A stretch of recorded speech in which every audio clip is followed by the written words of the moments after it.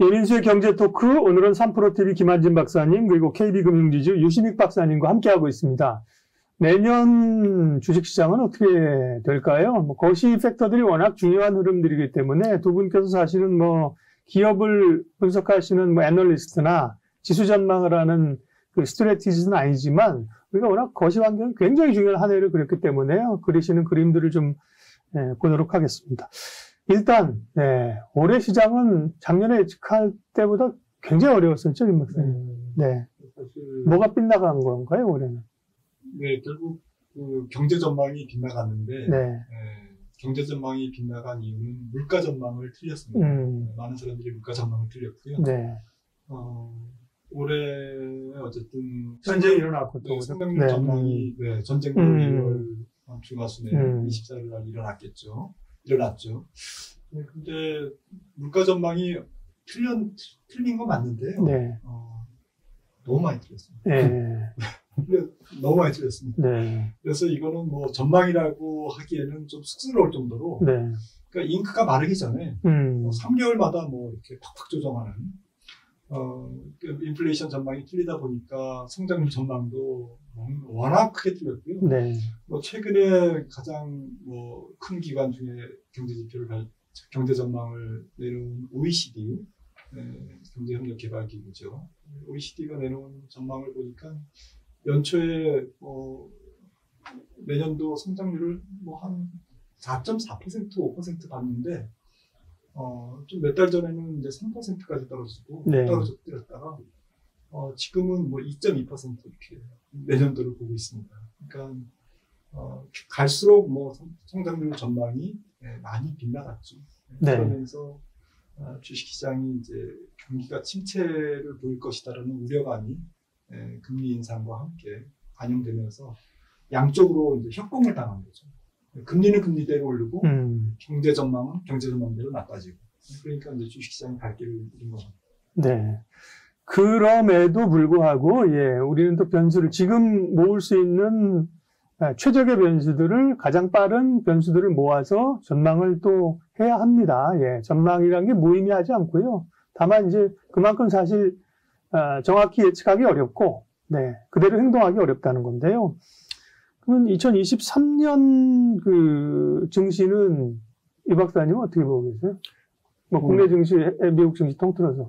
일단 제가 이제 주식 쪽 전문가는 아니지만 이제 거시적인 틀로서 위험자산의 시장의 성격을 이제 해석을 해보면, 이제 우리가 단순하게 기업의 이익 대비한 그 주가 비율 PE라고 하는 숫자를 절대 숫자로 추산하는 거는 지금은 의미가 없고, 우리가 이제 인플레를 조정한, 그러니까 과거하고 지금의 인플레 수준이 다르기 때문에 그 인플레를 조정한 숫자로 봐야 하는데, 그게 이제 실러 교수께서 그 숫자를 발표해 주십니다. 근데 실러 교수가 발표하신 그 숫자를 보시면 작년도에 우리가 미국이 가장 급격하게 상승했을 때가 44배, 역사상 가장 최고치였고, 지금 최근에는 27배 정도입니다. 조정 PE라고 말씀하시는 거죠?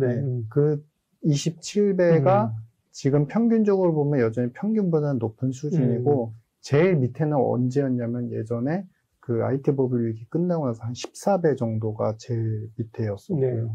그러면은 지금 27배인 상태에서 머물러 있는데, 한마디로 표현을 해드리자면 갈 길을 잃었다. 그러니까 여기서 더 싸지기도 힘든 상황이 됐습니다. 왜냐하면 위험자산에서 돈이 더 빠져나가려면 근본적으로 유동성이 메말라지면서 정말 필요한 기업에만, 그리고 정말 필요한 자산에만 선택하는 경향성을 보여야 되는데, 여전히 작년, 재작년도 이후에 일어났던 유동성 파티 이후에 유동성이 급격하게 걷어들여지진 않았어요. 그러니까 이야기인 즉슨 뭐냐면, 우리가 항상 큰 파티가 일어나고 나면은 하루 이틀 정도는 항상 그 후감이 남습니다. 굉장히 강렬하게 남습니다. 근데 그게 이제 시간이 지날수록 화려했던 파티는 끝났지라는 현실을 체감하는 것은 시간이 흘러야지 그게 나타난다라는 것이고. 현타라니, 현타. 그렇죠. 장기적 현타. 그래서 지금 그러면은 무엇을 말씀드리고 싶으냐. 지금 유동성 환경이 버텨주고 있고, 여전히 금리만 안정화되면 미국은 다시 경제가 살아날 거야라는 것들이 충분히 기대 상존을 하고 있기 때문에 여기서 크게 나빠지기도 힘들지만 그렇다고 어떤 특정한 방향성을 만들긴 힘들다. 다만 저는 이제 계속 그 투자하신 분들이 좀 별로 안 좋아하실 수도 있지만 죄송스럽지만 블록화 이슈는 이건 중장기적 그 어떤 이슈가 될 수밖에 예. 없다. 예전에 미중 무역 분쟁 때 그때 이제 그 교육 증가율이 IMF 추정으로 매년 0.23%씩 줄어든다고 했는데 지금은 그 미중 무역 분쟁의 거의 끝판왕이라고 보시면 될 것 같습니다. 오히려 중국, 러시아, 그다음에 그 오히려 최근에는 오펙까지 감세한 그 협업하는 약간 사우디까지 협업하는 그런 양상에 북한도 들어가 있고 서방은 서방대로 들어가 있고 근데 서방 내에서는 또 균열이 생기고 있고 그러니까 이 이야기인즉슨 뭐냐면 기업들의 체력이나 수요를 어느 정도 창출해서 그 수요를 바탕으로 계속 기업이 성장하는 그런 패턴의 환경이 서서히 더 안 좋아지고 있다, 안 좋아질 것이다라고 생각하기 때문에 이것이 내년도에 갑작스러운 크러쉬, 갑자기 안 좋아진다기보다는 완만한 행복 속에서 위험자산 쪽도 네네. 서서히 그 패턴에 맞춰서 안 좋아질 것 같다 이렇게 생각합니다. 무슨 말씀인지 이해가 네. 들었습니다. 꼭 뭐 내년 한 해에 국한된 것이 아니라 전반적인 블록화가 되고 이러면 어쨌든 세계 교역량이나 이런 거 줄어들 거 아닙니까? 네. 그죠? 그 다음에 극한 대립, 차별화 이런 거에 따라서 내년 한 해가 아니라 추세적으로 이런 게 블록화나 이런 뭐 자유무역주의 물길에 한번 트렌드가 형성되면 뭐 2, 3년이라 적어도 뭐 10년, 20년 가는 그 맞습니다. 레짐이잖아요. 맞습니다. 패러다임이기 때문에 그런 걸 보라고 말씀을 하셨고요. 예. 즉답을 안 해주셨으니까 김한진 박사님께는 증시 전문가들은 내년 어쨌든 간에 가까운 미래는 어렵잖아요. 그러니까 상저 하고를 많이 예측하던데요. 내년 시장 흐름은 동일하시는지. 네, 뭐 가끔 이제 지금 상고 하저를 말씀하시는 분들도 계시지만 네. 저는 경기의 어쨌든 뭐 모양, 경기가 이제 나이키형으로 회복이 될 텐데 네. 만만하게 네. 그 회복이 하반기 회복이라기보다는 이제 더 나빠지지 않는 시점. 항상 주가는 조금 경기 지표를 굉장히 나쁘게 봤다가 예상치보다는 조금 덜 나쁘거나 아니면 나쁜 정도가 조금 해소되는 듯한 기미가 보이면 좋아하죠. 네, 그때 주가도 그 턴어라운드 할 때 갑자기 뭐 이렇게 잔치를 네. 이렇게 벌입니다. 뭐 경제는 나쁜데 네. 불황을 거의 뭐 탈피한 것처럼 아주 뭐 박수를 치고 환호를 하는데 네, 그 시기를 저는 뭐 빠르면 4월, 5월 좀 늦어도 여름 정도가 아닐까 내년. 네. 이렇게 보면 뭐 2분기 어간이겠죠. 이렇게 보면 이때가 좀 주식이 추세적으로 그 이후부터는 추세적으로 주가가 오르는 시기라고 볼 수 있겠습니다. 하지만 조건이 있죠. 네. 그때 주식시장이 그 이전에 미리 올라와서 좀 밸류에이션이 좀 덜 착하면 이미 반영이 됐기 때문에 뭐 경기가 더 나빠지지 않아도 기업 실적이 더 나빠지지 않아도 주가가 좀 밋밋할 거고요. 오히려 경기 침체의 어쨌든 터널의 가장 어두운 부분에서 주가가 굉장히 좀 불안에 떨고 이렇게 뭐 주가도 좀 조정을 보이고 PER도 S&P 500 기준으로 뭐 한 16배 정도까지 떨어지고 코스피 PER도 지금 11점 뭐 몇 배인데 그게 뭐 한 9배 정도 이렇게 차분하게 떨어지면 그런 상태에서 이제 경기 지표가 더 이상 나빠지지 않으면 주가는 돌아설 수 있을 걸로 생각을 하고 있고요. 여러 가지 이제 뭐 그 경기에 대한 해석이 다양합니다만 제 생각에는 핵심은 경기도 경기지만 금리가 떨어져줘야 될 것 같아요. 네. 왜냐하면 지금 주식을 사는 이유는 사실 지금 갖고 있는 예금이나 혹은 채권 금리를 희생해서 주식에 대한 기대 수익률에 베팅하는 거지 않습니까? 네, 근데 지금 앞서도 일부에서 단기 금리가 3개월 금리가 거의 뭐 4.4% 미국에 우리나라도 굉장히 높습니다. 단기 금리가 이런 상태에서는 사실은 뭐 아무도 보장해주지 않는 이 좀 불확실한 위험자산 주식시장에 용감하게 들어올 수 있는 사람이 그렇게 많지는 않죠.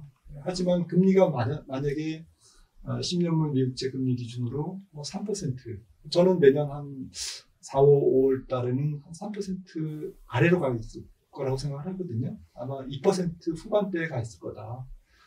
그런 정도면 이제 금리의 매력도 지금보다는 훨씬 더 떨어지고, 경기는 뭐 우려스럽긴 하지만 더 이상 나빠지지 않고, 이러면 주식시장이 반등하는데 도움을 주지 않을까라는 생각에서 상저하고로 보고 있습니다. 네. 제가 머리가 영민하지 못해서인지 기억력이 떨어졌는지 모르지만 뭐 작년 이맘때쯤 올 초에 주가가 얼마 시작했는지 얼마 전에 보니까 기억이 안 나더라고요. 그래서 왜냐하면 주가가 2,300 이러고 있으니까 연초에 얼마였었지 봤더니 작년 말에 3,000이었더라고요. 네. 3,000에서 올해 저점에 2,100까지 떨어진 거예요. 와, 그러고 나서 이제 어쨌든 반등한다고 온 게 2,500 못 넘었잖아요.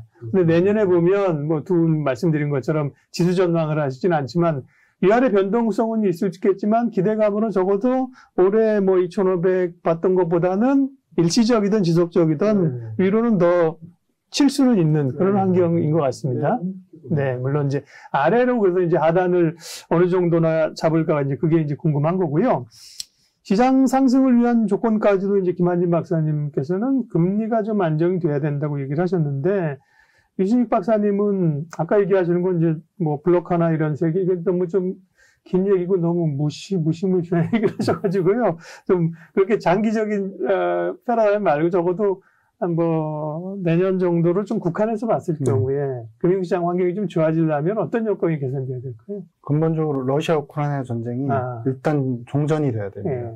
휴전이 아니고 종전이 되어야 하고, 이것이 종전이 되면 그 시그널로 이제 넓혀서 사실 그 다른 국가들, 그러니까 특히 이제 미중의 대립 속에서 이미 대립이었지만 이 러시아와 관련된 원자재에 관련되는 그런 트러블들이 어느 정도 해소되는 게 확인이 되어야 한다라는 것이고, 그게 근본으로 해결되지 않으면 지금 제가 바라보는 관점에서는 물가가 페드의 금리 인상을 무서워하는 게 아니라 페드가 지금 물가가 혹여나 더 오를까 무서워하는 형국이에요. 그래서 이 전쟁이 확실하게 종료되지 않는 한은 내년 하반기에도 여전히 페드가 물가를 두려워하는 형국으로 나갈 것이고, 그것은 정책적으로 봐도 그러니까 확실한 어떤 경로를 시장에 심어주지 않기 때문에. 두려워한다는 건 이제 확실히 잡기 어렵다는 거죠. 그렇죠. 뭐 이렇게 저렇게 해도. 맞습니다. 그것도 있고, 네. 두 번째는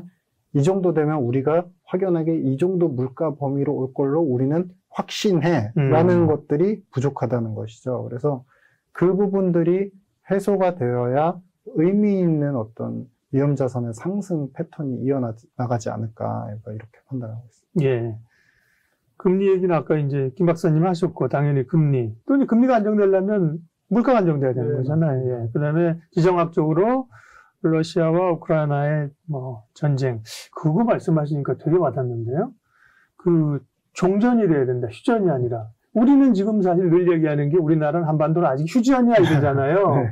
확실하게 뭐 종전이 안 된다고 하면 일단 휴전한 상태에서 또 시간 끌면 그것도 굉장히 불확실성이 남아있는 거네요. 그런 우려들도 참 있는데 예측이 불가능하니까요. 러우 전쟁은 예측이 좀 불가능하고요.